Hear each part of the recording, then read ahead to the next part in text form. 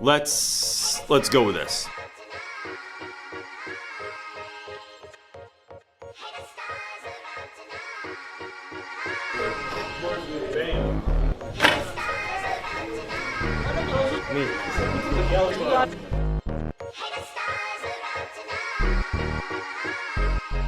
I grew up in an all-white neighborhood in southern New Jersey. Suburbs, front lawns, didn't lock your doors at night, that kind of vibe. The first 3 albums that I owned, actual albums on vinyl, were Whitney Houston, Phil Collins, and Michael Jackson's Thriller. When I was 13, my favorite album was Motley Crue's Dr. Feelgood. That was 1989. One day soon after that, I'm visiting my cousin in the northeast section of Philadelphia, and he's listening to a new type of music that I'd not really heard much of before. He's listening to Public Enemy's 1999 album, Fear of a Black Planet. My only experience with hip hop before now were sort of like hearing Sugar Hill Gang on the radio and the Fat Boys in like 1987. But this is a new sound, and it is something that my cousin's into, so I start going with it also. I like this album so much that I get a Fear of a Black Planet poster for my wall in my bedroom. Father was very confused about this. I remember my stepdad walking in, seeing the poster, having a kind of weird look on his face, and him asking me, "What the hell is that?" And my answer to him in my 13-year-old mind was, "What's the matter, Dad? Are you afraid of a black planet?" Like I was Clint Eastwood or something. Go ahead, make my day. I don't know what I was thinking, but it sounded like a good comeback line. And that was my introduction into hip hop music. I become a hip hop music fan after that, falling in love with groups like Tribe Called Quest, the Beastie Boys, Diggable Planets, Public Enemy, LL Cool J, NWA. And it was kind of a weird time in my life because some of that music I felt like I could kind of relate to on a certain level. And then there was NWA's 100 Miles and Running album that I knew every single word to, but as I think back, 13-year-old Reynolds, knowing all the words to that album is a little bit weird because it doesn't speak anything to my life. And I think I liked it more than anything because it was so provocative and not so much because it wasn't like I knew what it was like to grow up in California and like go through the struggles that like Eazy and his crew were writing about on the album. But shortly after that, things change. I get new musical interests and I get more into early 90s rock and punk rock, and my hip hop doesn't become the only thing I'm listening to. It just becomes something that I'm listening to. Until around 1992, the Chronic album comes out by Dr. Dre, and that was the last album that I ever really cared about in hip hop. And then it changed. I grew out of it. And so years go by and I end up becoming a teacher. And I first teach in Camden, New Jersey, where I struggled in a lot of ways to relate to my students. I wasn't sure where the connection point was going to be for me and my students. Like a lot of new teachers, I was always trying to find ways to connect with kids. And you know, to be honest, one of the things I realized was that we're not all so different. When you're a teenager in Camden or whether you're a teenager in, I don't know, in a richer part of New Jersey or of the country, a lot of the struggles are the same thing. Like trying to come up with your own identity, trying to figure out who you are and what you're about. And I'm in no way trying to say that like growing up in Camden is the same thing as growing up in Beverly Hills. But I'm saying that as human beings, we connect on a lot more levels than I think that we realize that we do. So I had to enter in where I could. I had to meet my kids wherever I could to try and connect with them. And then a few years ago, I had the option to pick my own elective course. And so as I thought about what I could pick for a class like that, I thought of all these things that interested me. Like what could I teach that I would be passionate about, that I would get excited about, that I want the kids to learn about. A funny thing happened. A friend of mine started teaching a class that's essentially the history of video games, and he was really excited about video games. He knew the kids were excited about video games. He created a class around that. I just thought that was a really interesting idea because it was something he was interested in, but he knew the students were already interested in also. So the buy-in was like immediate. And so that's when, through just thinking about what my kids were interested in, it was either gonna be sports or music. And I don't know anything about sports, so I figured music was the next best choice. So I picked hip hop, and I created a curriculum around the idea of the history of hip hop. So the next question is why hip hop? Like, what is there to learn from learning about the history of hip hop or what hip hop's all about? And to be honest, like one of my things that I've always been sort of intrigued by hip hop is its lack of history, right? There's like, you know, one of the things I noticed is that in hip hop culture, there was always this emphasis on fresh. Things being fresh, people being fresh, your clothes being fresh, the music being fresh, and there was no looking back. It was like, if you're at a party this summer and they're playing a jam from last summer, it was old, right? Something that came out 6 months ago is old, and you had to be moving on to the next thing. There was always this focus on what was new and what was being innovated. And so I thought if we could stop for a moment and look back and see, where did all of this come from? Why turntables and not instruments? Why rapping and not singing? That began the journey into the history of hip hop.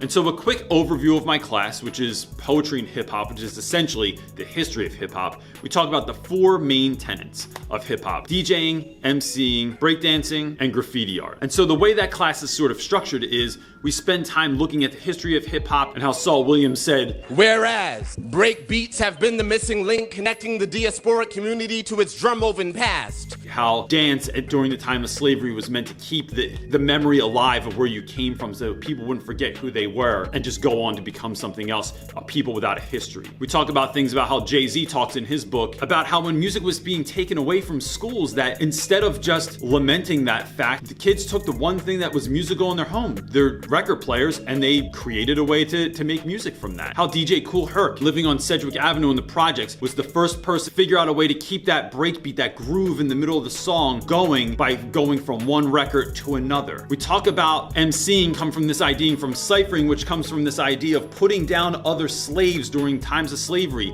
in a process called the dozens, where slaves would make fun of one another, whether the size of someone's head or the fact that someone was missing an arm or a leg or whatever was wrong with them. They would be sold as a dozen slaves as opposed to just one slave. They were sold at a bargain price because they had some kind of disability. The idea from ciphering is born out of that, where you would just stand around, make fun of one another, and then next thing you know, we're rhyming, and there are these rap battles going on, and then that is where modern day hip hop MCing comes from. We talk about the difference between the hip hop that I listened to when I was a kid and the stuff that my students are listening to, and all the misinformation that's wrapped up in that. How we like to think that things were more important or they were more useful, that, you know, groups like Public Enemy were being socially conscious, and NWA and even later Beastie Boy albums were sort of trying to like raise the social consciousness on certain issues. But at the same time, the Fat Boys and Kid and Play and MC Hammer were just doing kind of goofy radio hip hop that wasn't on that same level. And we compare that to this idea of now, like, where folks will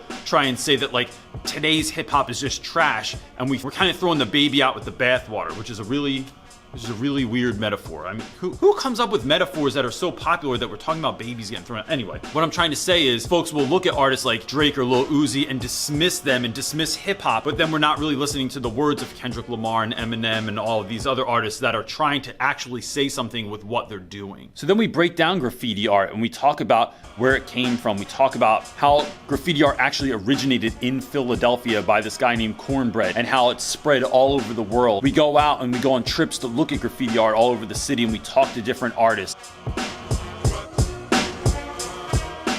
And we see the skill that's involved, and we talk about the history of it. And then when it's nice out, we take big boxes of sidewalk chalk, we go out into the parking lot, into the front of the school on the sidewalk, and we create our own pieces. Kids express themselves with their own tags that they've designed in class, and now they create it out on the sidewalk in front of the school.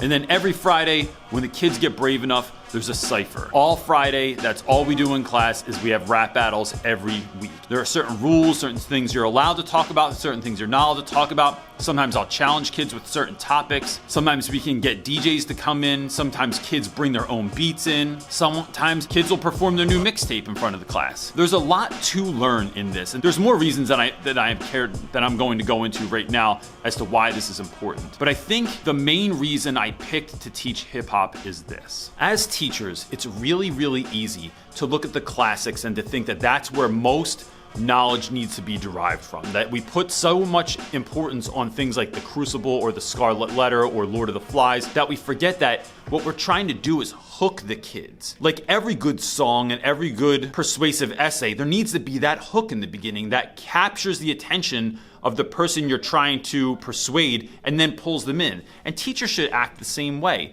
That we can teach all sorts of poetic devices. We can teach public speaking skills. We can create an interest in learning and a hunger in these children to learn more by creating a class that's about something that they're already interested in already. If you think about the things that were interesting to you when you were a kid, like whether it was Dungeons and Dragons or anime or WWE wrestling, if your teacher had come in, done the research, and taught you a lesson through that material, how much would that have changed your life? You know, instead of reading the Odyssey, if they could somehow take something like Dragon Ball Z, and I'm not an anime dude, so don't get all worked. Anime people get so worked up about that stuff. Kids get all wonky about it. If they were able to take something from a show like that or from certain manga comics and create a lesson based on that material, how much would that have changed your life? I've talked about this in prior videos, but the idea that like if growing up someone had been able to connect Star Wars to the Odyssey and taught through that lens,